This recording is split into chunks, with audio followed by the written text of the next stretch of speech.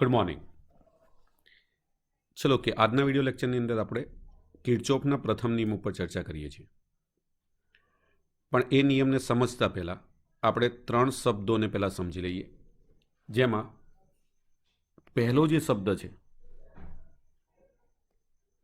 એને કહેવાય છે નેટવર્ક. નેટવર્ક કોને કહેવાય? તો તમે અહીંયા આકૃતિ જુઓ છો. આકૃતિની અંદર તમને એક પરિપથ બતાવેલો છે, વિદ્યુતીય પરિપથ છે. આ વિદ્યુતીય પરિપથની અંદર તમે જોઈ શકો કે ટોટલ 6 અવરોધ બતાવેલા છે, R1, R2, R3, R4, R5 અને R6, અને 2 EMFs બતાવેલા છે, ε1 અને ε2. નોર્મલી આપણને ખબર છે કે અહીંયા જે પરિપથ છે એની અંદર આપણે પ્યોર શ્રેણી જોડાણ ન કહી શકીએ અથવા પ્યોર સમાંતર જોડાણ ન કહી શકીએ. મતલબ કે અહીંયા જે જોડાણ છે એ મિશ્ર પ્રકારનું જોડાણ છે. આવું જે જટિલ પરિપથ હોય જેને તમે પ્યોર શ્રેણી કે સમાંતર જોડાણથી રજૂ નથી કરી શકતા, આવા પરિપથને નેટવર્ક કહેવાય. એટલે જો એને વ્યાખ્યાને કાઉન્ટ કરીએ આપણે તો વ્યવહારમાં ઉપયોગમાં આવતા વિદ્યુતીય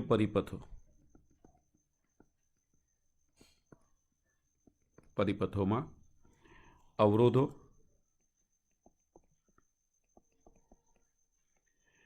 કેપેસિટરો,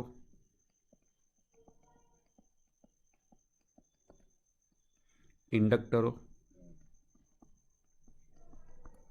અને વિદ્યુત કોષો જેવા ઘટકોને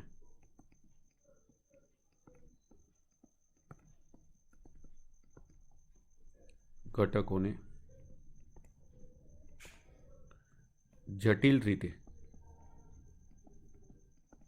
જોડેલ હોય છે.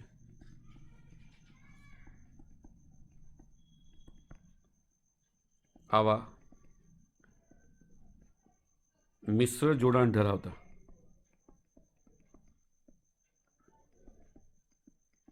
વિદ્યુતીય પરિપથને નેટવર્ક કહેવાય. ચલો, પહેલો નેટવર્ક આવી ગયો. અહીંયા આકૃતિમાં મેં અહીંયા એક નેટવર્ક અહીંયા બતાવેલો છે. બુકની અંદર તમે ટેક્સ્ટ બુકમાં જોશો તો ટેક્સ્ટ બુકમાં પણ આ જે રિપ્રેઝેન્ટ કરેલો છે એ નેટવર્ક છે. ચલો, હવે બીજો પોઈન્ટ જે આપણે કહીએ, જેને કહેવાય છે જંકશન બિંદુ અથવા બ્રાન્ચ પોઈન્ટ.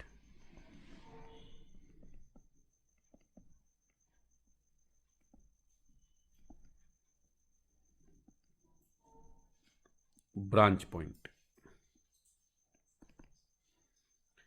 હવે તમે અહીંયા ડાયાગ્રામની અંદર જુઓ છો કે ધારો કે હું અહીંયા આ બિંદુની વાત કરું તો આ બિંદુએ બે વાહકો ભેગા થાય છે. હું અહીંયા નામ આપી દઉં A. આ બિંદુએ પણ બે વાહકો ભેગા થાય છે, નામ આપી દઉં B. આ બિંદુએ પણ 3 વાહકો ભેગા થાય છે, નામ આપી દઉં C.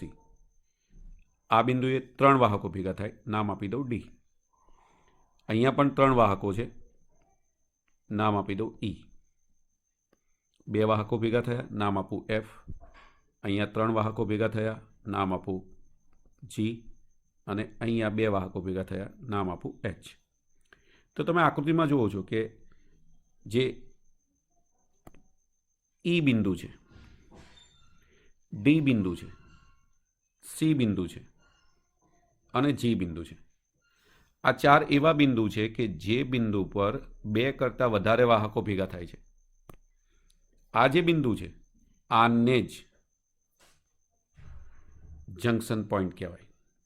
તો વ્યાખ્યાની આપણે જો વાત કરીએ તો નેટવર્કના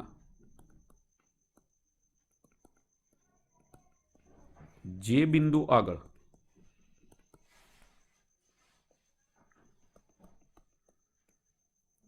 બે કરતાં વધારે વાહકો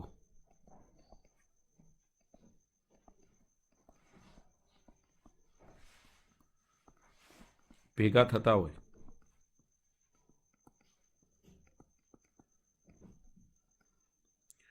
તો તેવા બિંદુને અથવા તે બિંદુને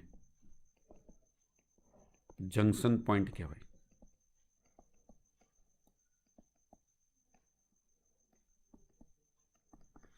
નોર્મલી કિર્ચોફનો જે પહેલો નિયમ છે એ જંક્શન પોઈન્ટને અનુલક્ષીને છે, બરાબર? એટલે જંક્શન પોઈન્ટની આપણને ખબર હોવી જોઈએ. ત્રીજો જે શબ્દ છે લૂપ અથવા બંધ ગાળો.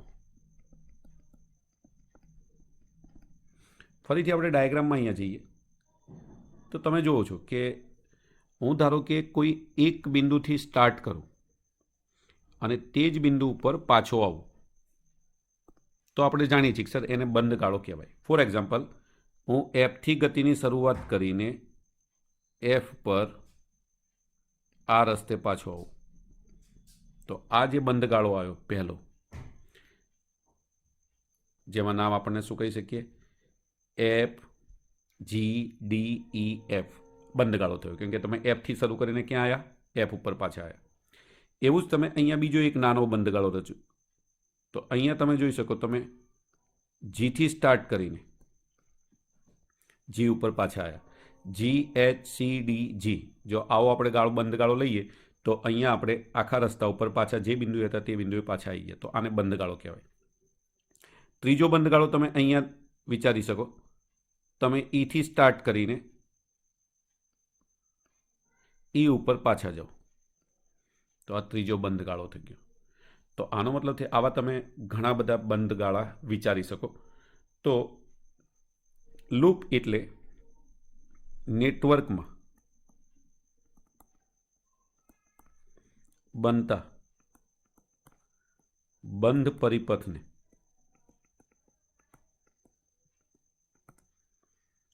લૂપ અથવા બંધ ગાળો કહેવાય.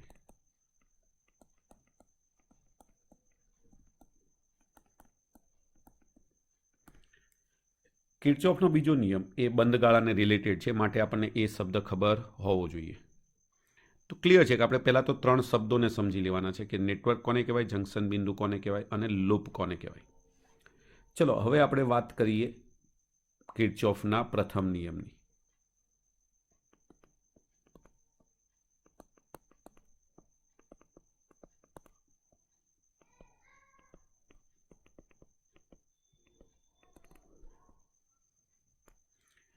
કિર્ચોફનો જે પ્રથમ નિયમ છે એ પ્રવાહ નિયમ તરીકે પણ ઓળખાય છે, જંક્શનના નિયમ તરીકે પણ ઓળખાય છે, બરાબર?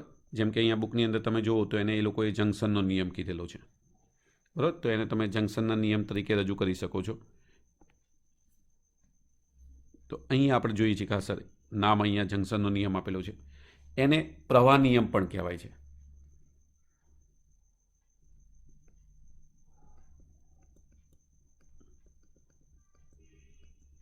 અથવા જંક્શનનો નિયમ.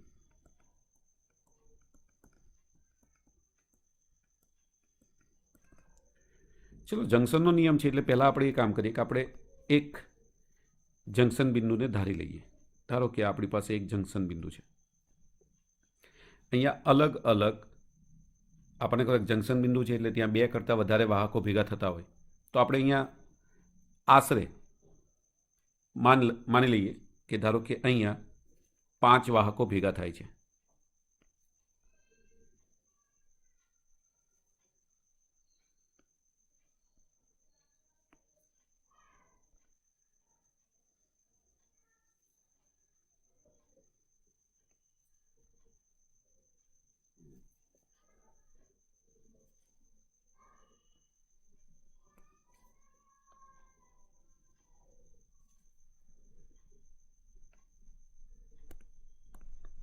ચલો આપણે અહીંયા એક જંક્શન બિંદુ લીધું O.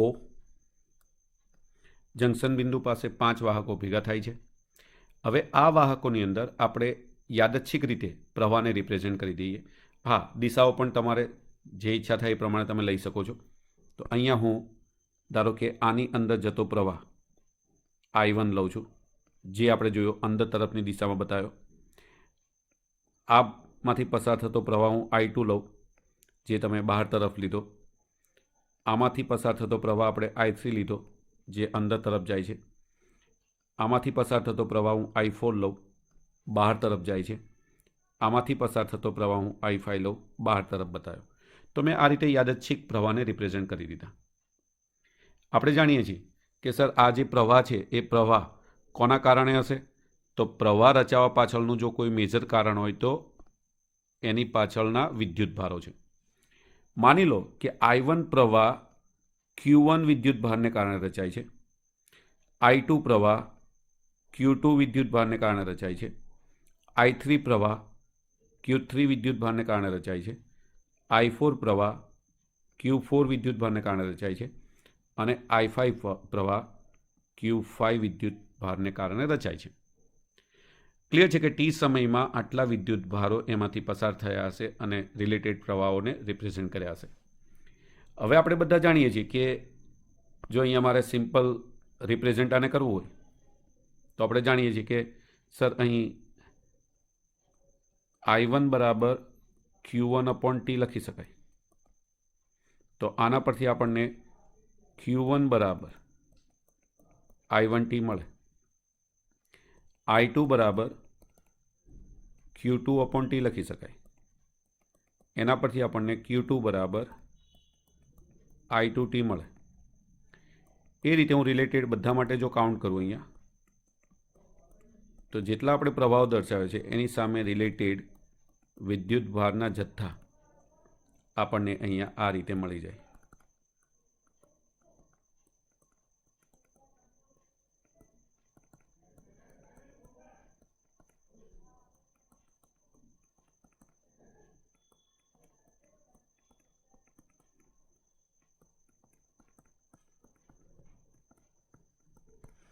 ચલો કે હવે જે પહેલો નિયમ છે એ વિદ્યુતભારના સંરક્ષણના નિયમ ઉપરથી સાબિત કરેલો છે. એટલે વિદ્યુતભારના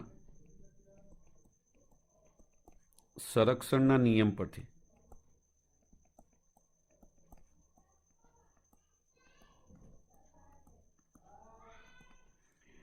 જંકશનમાં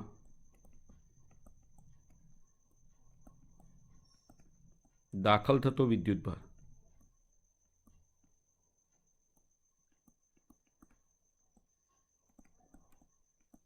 બરાબર જંકશનથી દૂર જતો વિદ્યુતભાર. આપણે જાણીએ છીએ કે જેટલો વિદ્યુતભાર આવશે એમાંથી જ ભાગ પડીને વિદ્યુતભાર બહાર જશે, કેમ કે વિદ્યુતભાર અહીંયા ક્યાંયથી આપમેળે ઉત્પન્ન નહીં થાય કે તેનો નાશ નહીં થાય. તો અહીંયા તમે આકૃતિમાં જુઓ છો કે અંદર દાખલ થતા વિદ્યુતભાર કેટલા? તો આપણી પાસે દાખલ થતા વિદ્યુતભારમાં એક તો Q1 છે જે અંદર દાખલ થાય છે અને બીજો Q3 છે જે અંદર દાખલ થાય છે. એટલે આપણે કહી શકીએ કે સર દાખલ થતા વિદ્યુતભાર એટલે Q1 + Q3 બરાબર બહાર નીકળતા વિદ્યુતભાર. તો આપણે જોઈએ છીએ કે જંકશનથી દૂર જતા જે વિદ્યુતભાર છે એમાં Q2 છે, Q4 છે અને Q5 છે. તો અહીંયા આપણે એ યુઝ કરી શકીએ Q2 + Q4 + Q5. હવે આપણે જાણીએ છીએ Q1 બરાબર શું લખી શકાય? I1T. Q3 બરાબર I3T બરાબર I2T plus I4T plus I5T. T common છે, કેન્સલ કરી નાખીએ તો આપણને આવું મળશે I1 + I3 બરાબર I2 plus I4 plus I5. યાદ રાખજો આના ઉપરથી તમે કિર્ચોફના પ્રથમ નિયમનું સ્ટેટમેન્ટ એક બતાવી શકો. તમારી બુકની અંદર એ પોઈન્ટને રિપ્રેઝેન્ટ કરેલો છે. તો પોઈન્ટ આપણને આ રીતે આપેલો છે કે કોઈ પણ જંકશન પાસે દાખલ થતા પ્રવાહોનો સરવાળો જંકશનથી બહાર નીકળતા અથવા દૂર જતા પ્રવાહોના સરવાળા બરાબર હોય છે. જે તમે અહીંયા જોઈ શકો છો કે હા સર અહીંયા આપણી પાસે I1 + I3 જંકશન તરફ એટલે કે જંકશનમાં દાખલ થતા પ્રવાહો છે અને I2 + I4 + I5 એ જંકશનથી બહાર નીકળતા પ્રવાહો છે. મતલબ કે બંને બાજુ આપણે એના સરવાળા કરીએ અને બંને સરવાળા કેવા આવે? સરખા. નેક્સ્ટ આપણે આને આ રીતે પણ લખી શકીએ, I1 plus minus I2 plus I3 plus minus I4 plus minus I5 બરાબર 0. આને લખવું હોય તો આવું પણ લખાય, સિગ્મા I બરાબર 0. સિગ્મા I મતલબ અહીંયા એનો આપણે શું કરીએ છીએ, બેઝિક સરવાળો. તો આના પરથી સ્ટેટમેન્ટ આપણે એવું પણ બોલી શકીએ કે જંકશન પાસે ભેગા થતા વિદ્યુત પ્રવાહોનો બેઝિક સરવાળો હંમેશા શૂન્ય હોય. તો આ પણ કિર્ચોફના નિયમનું સ્ટેટમેન્ટ કહેવાય. તો કિર્ચોફનો જે પ્રથમ નિયમ છે, જંકશન પાસે દાખલ થતા વિદ્યુત ભારોનો બેઝિક સરવાળો